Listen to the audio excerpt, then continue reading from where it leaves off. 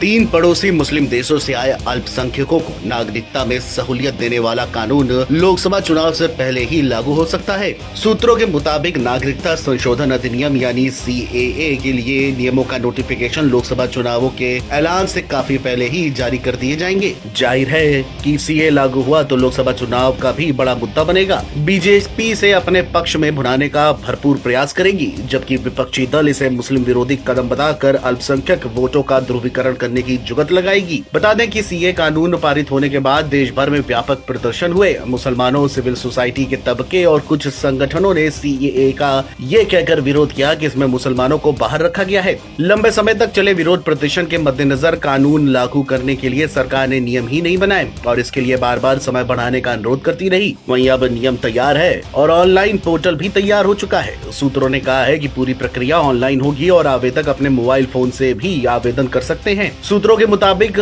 आने वाले दिनों में CAA के लिए नियम जारी करने जा रहे हैं। एक बार नियम जारी होने के बाद कानून लागू किया जा सकता है और जो पात्र हैं उन्हें भारतीय नागरिकता प्रदान की जा सकती है। लोकसभा चुनावों की घोषणा से पहले अधिसूचित किए जाने को लेकर के सूत्रों की तरफ से कहा गया कि सब कुछ तैयार है और हाँ, उन्हें चुनाव से पहले लागू किए जाने की संभावना है। आवेदकों को बिना यात्रा दस्तावेजों के भारत में प्रवेश करने का वर्ष घोषित करना होगा। आवेदकों से कोई दस्तावेज नहीं मांगा जाएगा। 2014 के बाद आवेदन करने वाले आवेदकों के अनुरोधों को नए नियमों के अनुसार बदला जाएगा। सरकार अब तक CAA के तहत नियम बनाने की तारीख को 8 बार तक बढ़ा चुकी है। एक अधिकारी ने ये बताया कि पिछले 2 सालों में 9 राज्यों के 30 से अधिक जिलाधिकारियों और गृह सचिवों को 1955 के नागरिकता अधिनियम के तहत अफगानिस्तान, बांग्लादेश और पाकिस्तान से आने वाले हिंदू, सिख, बौद्ध, जैन और पारसी ईसाइयों को भारतीय नागरिकता देने का अधिकार दिया गया है। CAA को लागू करने में इतनी देरी के कई कारण भी बताए जा रहे हैं।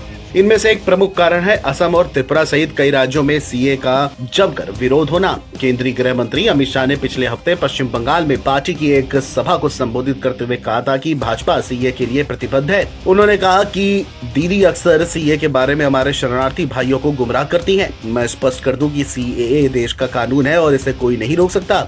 सभी को नागरिकता मिलेगी, ये हमारी पार्टी की प्रतिबद्धता है।